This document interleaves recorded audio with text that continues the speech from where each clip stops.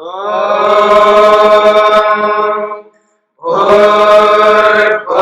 स्वः तत्सवितुर्वरेण्यं भर्गो देवस्य धीमहि धियो यो नः प्रचोदयात्।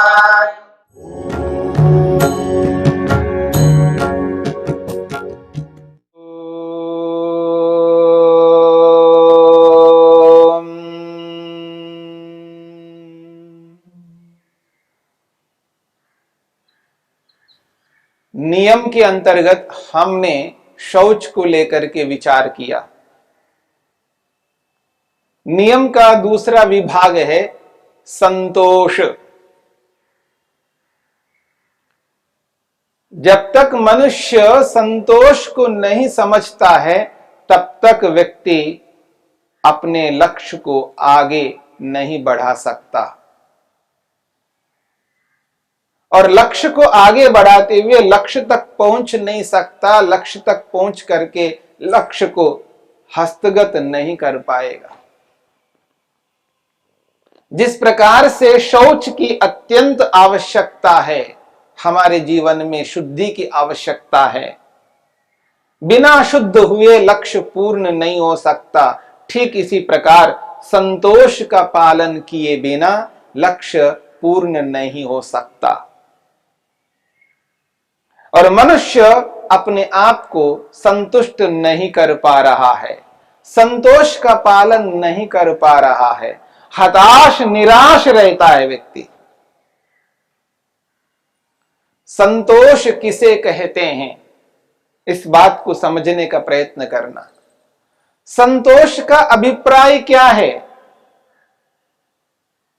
संतोष कहते हैं अपनी योग्यता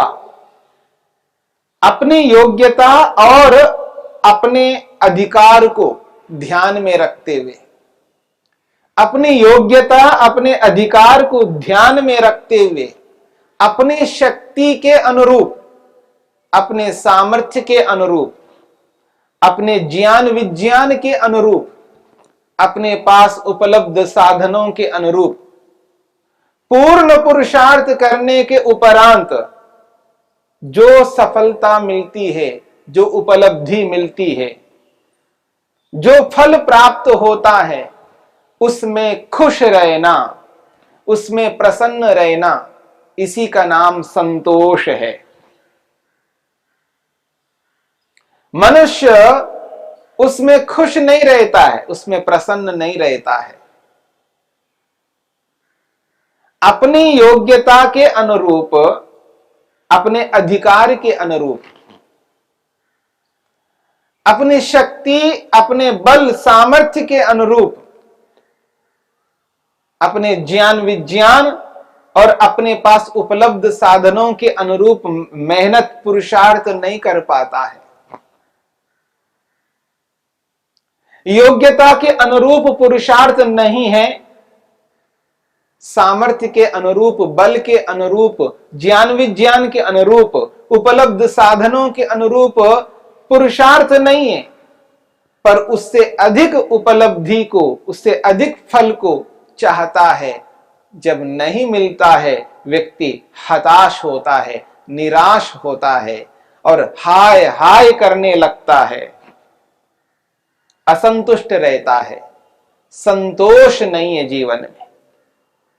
आप देखेंगे प्रत्येक व्यक्ति किसी न किसी विषय में नाखुश रहता है, असंतुष्ट रहता है, संतोष का पालन नहीं कर पाता है।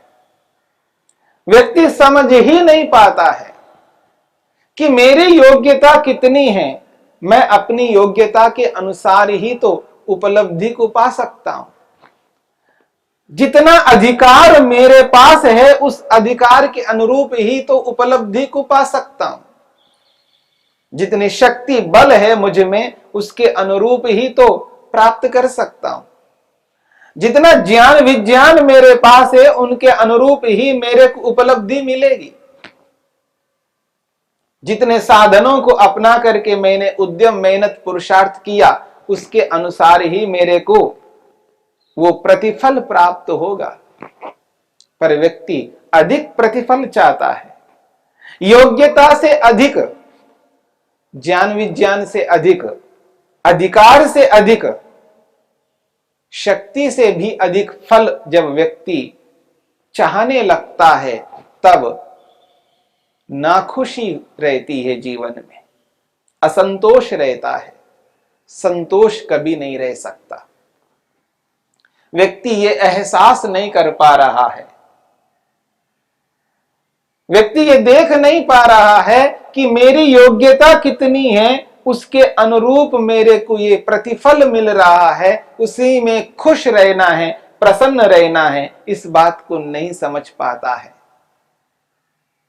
कर्म एक किया है तो अनेकों कर्मों का फल चाहता है, 10% मेहनत किया है तो 100% फल चाहता है।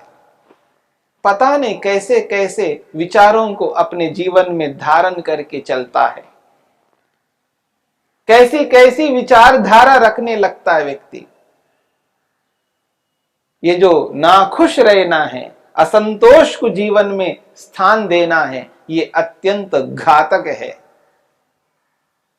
हां, संतुष्ट होने का अभिप्राय ये नहीं है हाथ पे हाथ धर करके बैठ जाए व्यक्ति, अर्थात उद्यम ना करे, मेहनत पुरुषार्थ ना करे, जो मेरे किस्मत में लिखा है वो मिल जाएगा, ऐसा मान करके निठल्ला ना रहे। संतोष करने का ये अभिप्राय नहीं है। संतोष का अभिप्राय है जो आप मेहनत पुरुषार्थ करते हो, जिस योग्यता से करते हो, जिस अधिकार से करते हो, जिस ज्ञान विज्ञान से करते हो, जिन अनुकूल साधनों को अपना करके उद्यम करते हो, जिस शक्ति बल से उद्यम करते हो, उसके अनुरूप यदि फल प्राप्त होता है तो उसमें खुश रहना है। यदि उसके अनुरूप नहीं प्राप्त होता है तो प्राप्त ना होने के पीछे जो कारण है, उन कारणों को समझने की चेष्टा करनी है, ना कि हाय हाय करने लगे, हताश निराश होने लगे। और व्यक्ति इस असंतोष के कारण से अपने जीवन को इतिश्री कर देता है, जीवन से ही हाथ धो बैठता है, फांसी लगा लेता है, सुसाइड कर लेता है, न जाने क्या क्या करने लगता है। मनुष्य हताश निराश होकर के न जाने कितने गलत कर्म कर बैठते हैं, कितनी हानि कर बैठते हैं। इस असंतोष ने मनुष्य को ले डूबा है। इसलिए महर्षि पतंजलि कहते हैं, महर्षि वेदव्यास कहते हैं, जीवन को समझने का प्रयत्न करना है। जीवन को जब समझने का प्रयत्न करता है तो व्यक्ति नाखुश कभी नहीं रह सकता, क्योंकि जितना मेहनत उद्यम पुरुषार्थ हमने किया है, उसका फल यदि मनुष्य दे रहा है तो मनुष्य स्वतंत्र होने के नाते अन्याय भी कर सकता है। वो कम फल दे सकता है अथवा अधिक फल दे सकता है, क्योंकि मनुष्य अल्पज्य है। हम मनुष्य पर ही निर्भर नहीं रह सकते। ये तो शरीर मिला है, इस शरीर को मनुष्य नहीं दे सकता। इस शरीर को देने वाले ईश्वर है।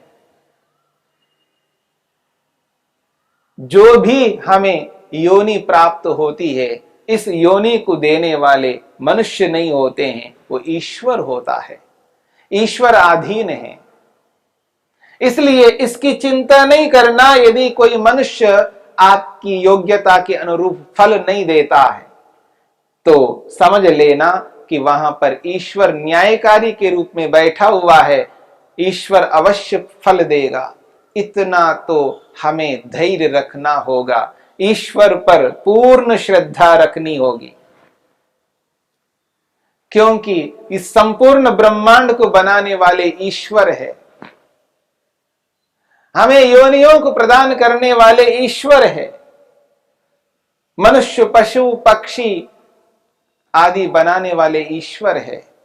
ईश्वर पर पूर्ण श्रद्धा रखनी है।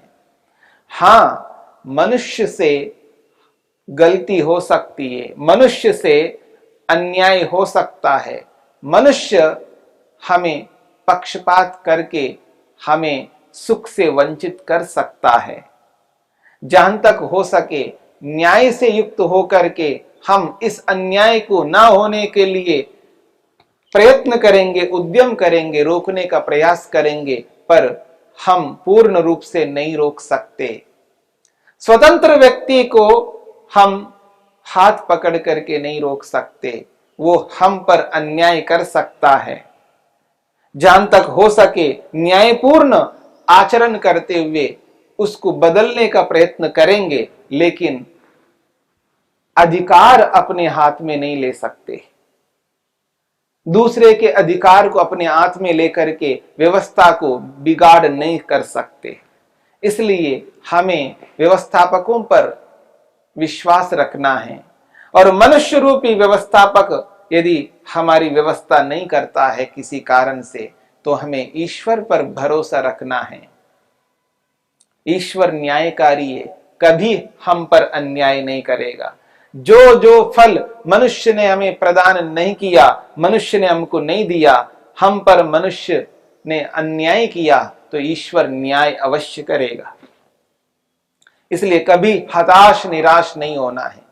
हां, जिस योग्यता से हमने उद्यम करके कुछ पाया है और वो उपलब्धि हमें ऐसे प्रतीत हो रही है कि मेरे मेहनत के अनुरूप तो है, लेकिन मैं इससे अधिक चाहता हूं, तो अपनी योग्यता को और बढ़ानी है, अपने अधिकार को और बढ़ाना है, अपने ज्ञान विज्ञान को और उन्नत करना है, अपनी शक्ति को, बल को और अर्जित करना है, सामर्थ्य को और बढ़ाना है, और अधिक मेहनत उद्यम करना है। फिर उसमें जितना प्राप्त होता है उसमें संतुष्ट रहना है, खुश रहना है। इसी का नाम संतोष है। हताश निराश नहीं हो सकते। जब व्यक्ति हताश निराश होने लगता है तो व्यक्ति उद्यम नहीं कर पाता है, उसका ज्ञान विज्ञान काम नहीं कर पाते, उसकी शक्ति काम में नहीं आ पाएगी। शक्ति को काम में लाना है, ज्ञान विज्ञान को काम में लाना है, अपने अधिकार को काम में लाना है, अपनी योग्यता को काम में लाना है, तो हताश नहीं होना, निराश नहीं होना। जीवन में हर प्रकार की घटना घट सकती है, हर प्रकार की मुसीबत आ सकती है, क्योंकि सब कुछ हमारे हाथ में नहीं है। जो हमारे हाथ में नहीं है उस पर चिंता नहीं करनी है, जो हमारे हाथ में है उस पर चिंता करते हुए, उस पर विचार करते हुए, उस पर मेहनत उद्यम करते हुए हमें आगे बढ़ना है। और उस उद्यम के बदले में जो कुछ भी मिला है उसी में खुश रहना है, प्रसन्न रहना है, और अधिक मेहनत करना है, और अधिक पुरुषार्थ करना है। संतुष्ट होने का अभिप्राय ये नहीं है कि बस जो मिला मैं उसी में खुश हूं और आगे मेहनत ना करूं, आगे उस प्राप्ति को बढ़ाने की चेष्टा ना करूं।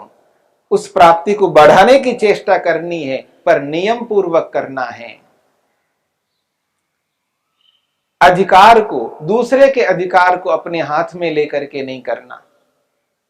किसी भी कर्म को अन्याय पूर्वक नहीं करना, असत्य पूर्वक नहीं करना, हिंसा पूर्वक नहीं करना। तो उद्यम जो हम करेंगे वो उद्यम न्याय संगत हो, न्याय से युक्त हो, तब हम और अधिक अपने जीवन में योग्यता को ला सकेंगे, और अधिक अधिकार को अपने जीवन के साथ जोड़ सकेंगे, और अधिक बल को, और अधिक सामर्थ्य को, और अधिक ज्ञान विज्ञान को प्राप्त कर सकेंगे। फिर और मेहनत करते हुए जो फिर प्राप्त होता है उसी में खुश रहते हुए आगे बढ़ेंगे। इसी का नाम है संतोष। संतोष मूलम ही सुखम। मनु महाराज कहते हैं, यदि सुख चाहते हो, सुख का मूल संतोष है। जिसके जीवन में संतोष नहीं है वह व्यक्ति सुखी कभी नहीं हो सकता। जिसके जीवन में संतोष नहीं है वह सुखी नहीं रह सकता, कितनी भी योग्यता क्यों ना हो। कितना ही अधिकार हो उसके पास में, कितना ही ज्ञान विज्ञान हो, कितनी शक्ति बल हो, कितने ही अनुकूल साधन उसके पास हो, यदि उसके जीवन में संतोष नहीं है तो समझ लेना वो कभी सुखी नहीं रह सकता। संतोषम मूलम ही सुखम, ऋषि कहते हैं सुख का मूल, सुख का आधार संतोष है। इसलिए संतुष्ट रहना है, खुश रहना है, अपने मन को निरंतर प्रसन्न बनाए रखना है, उसे उद्विग्न नहीं बनाना है, सात्विक बनाए रखना है। ये योग साधक का परम कर्तव्य है। योग में गति प्राप्त करनी है, योग में आगे बढ़ना है, समाधि तक पहुंचना है, आत्मा परमात्मा का दर्शन करना है, तो समझ लेना उसको अपने जीवन में संतोष लाना है, मन को प्रसन्न करना है, मन को सात्विक बनाए रखना है। तब जाकर के हम अपने आप को अनुभव करते हुए उस स्थिति तक पहुंच सकते हैं जिस स्थिति को पाकर के व्यक्ति अपने लक्ष्य को पूर्ण कर सकता है। जैसे ही जीवन में हताशा निराशा आ जाते हैं और व्यक्ति अपनी योग्यता को पहचानना भुला देता है, नहीं पहचान पाता है योग्यता को, हताशा निराशा की स्थिति में व्यक्ति अपने सामर्थ्य को नहीं पहचान पाता है, अपनी योग्यता को नहीं पहचान पाता है, अपने पास जो ज्ञान विज्ञान है उसको समझ नहीं पाता है, अपनी शक्ति को नहीं समझ पाता है। इस हताशा निराशा के कारण से व्यक्ति अपना आंकलन नहीं कर पाता है, अपना मूल्यांकन नहीं कर पाता है, और इस हताशा निराशा के कारण से व्यक्ति अपना आंकलन अति निम्न करने लगता है, सामर्थ्यहीन समझने लगता है, न करने योग्य अपने आप को पाता है इस हताशा और निराशा के कारण से। इसलिए जीवन में से हताशा निराशा को हटा करके देखना है, अपनी योग्यता को समझना है। हाँ, यदि किसी कारण से योग्यता कम है तो उस योग्यता को बढ़ाने के लिए यत्न करना है। ज्ञान की कमी है, ज्ञान को बढ़ाना है। सामर्थ्य की कमी है, सामर्थ्य को बढ़ाना है। बल की कमी है तो बल को बढ़ाना है, बढ़ाने का काम करना है। और जैसे जैसे हम अपने सामर्थ्यों को बढ़ाएंगे, शक्तियों को बढ़ाएंगे, तो वैसे वैसे उपलब्धि को भी हम आगे बढ़ा पाएंगे। उपलब्धि निश्चित रूप से बढ़ जाएगी। अधिक उपलब्धि पाना चाहते हैं तो अधिक योग्यता को अपनाना है, अधिक ज्ञान विज्ञान को अपनाना है, अधिक अनुकूल साधनों को बनाना है, जिससे कि अधिक उपलब्धि कर सके। फिर भी उसमें यदि किसी कारण से अपेक्षित उपलब्धि नहीं मिलती है, उसमें नाखुश नहीं रहना, उसमें प्रसन्न रहना है, इसी का नाम संतोष है। और जो अधिक उपलब्धि नहीं मिली है, किन कारणों से नहीं मिली है, उन कारणों को समझना है, पकड़ना है, और उन कारणों को दूर करके पुनः उद्यम मेहनत करके फिर जो मिला है उसी में खुश रहना है, इसी का नाम संतोष है। इस प्रकार आगे से आगे बढ़ते जाना है और खुश रहना है, प्रसन्न रहना है, इसी का नाम संतोष है। इसका संतुलन बनाए रखना पड़ता है। संतोष को समझने का प्रयत्न करना है।